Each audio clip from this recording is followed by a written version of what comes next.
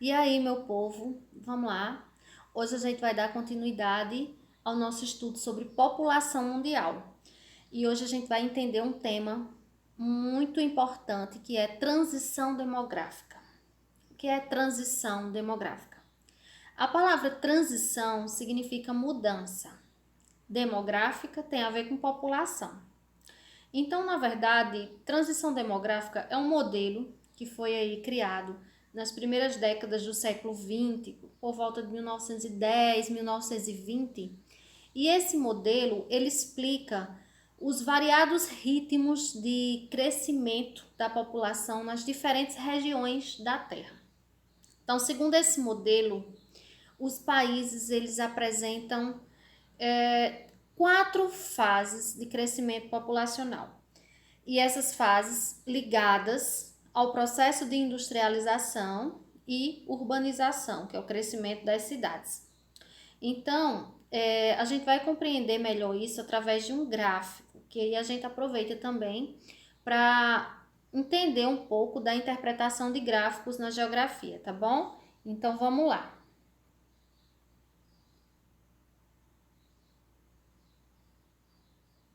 Só foi para atividade, olha. Aqui, olha. Primeiro, é necessário ressaltar que esse modelo é um modelo global, tá? Mas que os países eles estão em diferentes fases. Por exemplo, o Brasil está na fase 3, Japão está na fase 4, alguns países da África estão na fase 2, tá? Vamos focar agora, não desgruda os olhos dessa tela, tá? Desse gráfico. Foque aí na fase 1. Observem essa linha vermelha. Ela está mostrando o quê? A taxa de natalidade, ou seja, o número de pessoas que nascem em todas as fases. A linha azul, roxa, né? Ela está mostrando aí a taxa de mortalidade, ou seja, o número de pessoas que morrem em todas as fases. E essa linha tracejada está mostrando o quanto que a população cresce, o crescimento vegetativo ou natural em cada fase aí, tá? Então, vamos começar pela fase 1. A fase 1 aí, ela é até o ano de 1800, mais ou menos isso, tá? Até 1800. Então, o que acontecia até 1800? A taxa de natalidade, ela tá alta. Olha que a linha tá aqui em cima, ó. Tá? A taxa de natalidade alta significa o quê? Um grande número de pessoas nascendo. E permanece estável, não diminui não nessa fase não. Nasce muita gente, as famílias eram bem numerosas. E a taxa de mortalidade? Mesma coisa, né? Parecido. Também está alta. Isso significa o quê? Que muitas pessoas morriam. A taxa de natalidade era imensa, né? Não havia o desenvolvimento, a expansão de antibióticos, de vacinas, né? Então isso provocava altas taxas de mortalidade. Muito bem.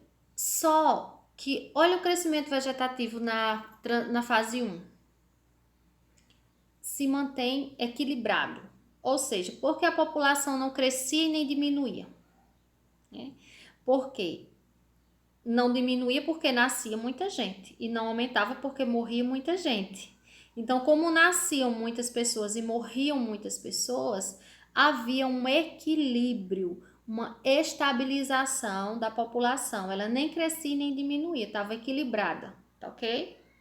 Só que a partir de 1800, então 1850 em diante, né, com a Revolução Industrial em países da Europa, começa também a ver o avanço da medicina. Então, o desenvolvimento e a expansão de vacinas, de novos medicamentos, de novos instrumentos médicos, hospitalares. Há uma melhoria também aí nas condições médico-sanitárias, tratamento da água, tratamento do esgoto e assim por diante. Então, tudo isso dá uma melhorada nas condições de vida da população. O surgimento das vacinas também contribuem para controlar muitas doenças. E olha o que acontece com a taxa de mortalidade, minha gente. A linha azul aí na fase 2, ela cai.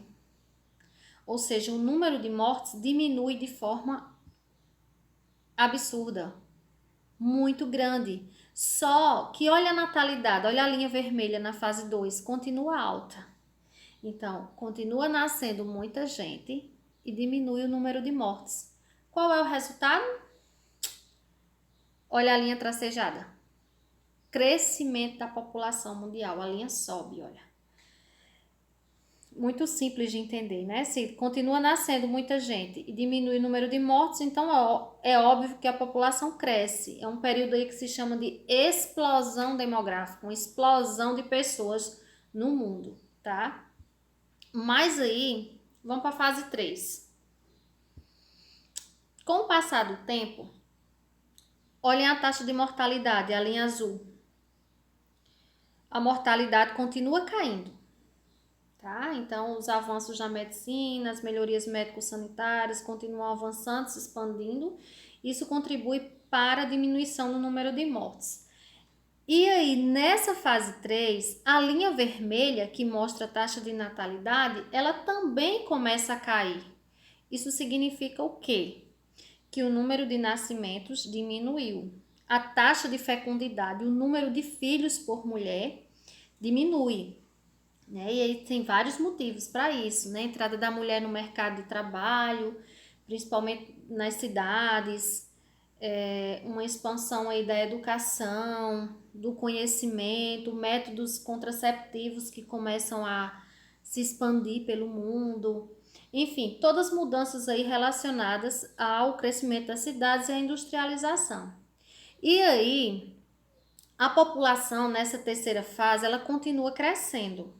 Observem aí o gráfico tracejado, você vai, mas a linha está caindo. Sim, mas a população ela continua crescendo, só que num ritmo mais lento, tá? O Brasil, por exemplo, está na fase 3. Então, você tem o quê? Uma baixa taxa de mortalidade no Brasil, mas você tem também uma diminuição significativa da taxa de natalidade.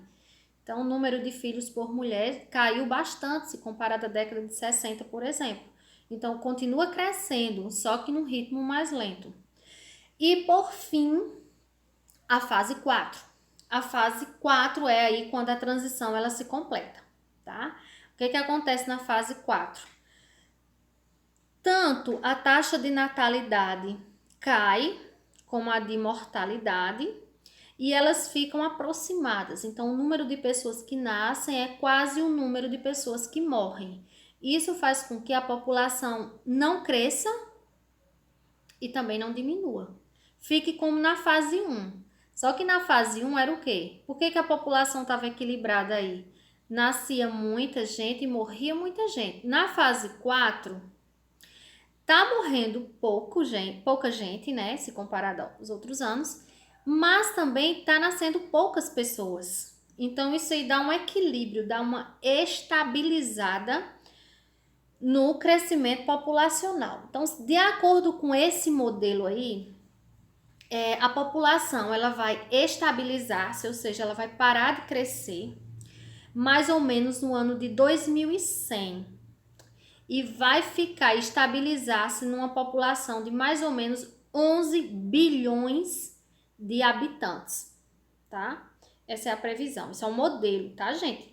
Pode acontecer outras situações? Podem.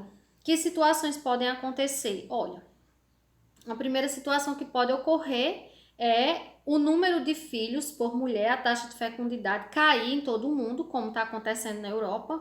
Muitos países da Europa a população está diminuindo. Então, se isso acontecer em todo o mundo, se o número de filhos por mulher ficar em torno de 1,4, como acontece na Europa, ou menos disso, a população pode diminuir, né? Ocorrendo um processo que se chama de implosão demográfica. Outra situação que pode ocorrer, Se permanecer como está, atualmente a média mundial, a taxa de fecundidade é de 2,4 filhos por mulher. Se isso continuar acontecendo, a população vai crescer muito, podendo acontecer a explosão demográfica, ou seja, um crescimento exagerado da população, tá? E pode acontecer, de acordo com esse modelo, como ele está prevendo, o número de filhos por mulher permanecer em 2 e a população aí estabilizar-se, nem crescer e nem diminuir, tá bom?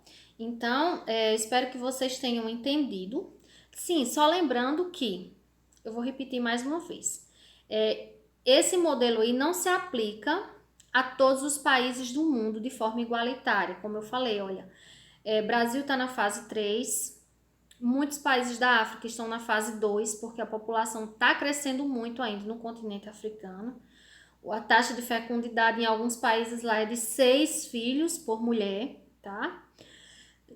Países como a Alemanha, Japão, Estados Unidos, Austrália, estão na fase 4, a população está estabilizada, inclusive, como eu disse, em muitos países está diminuindo, tá?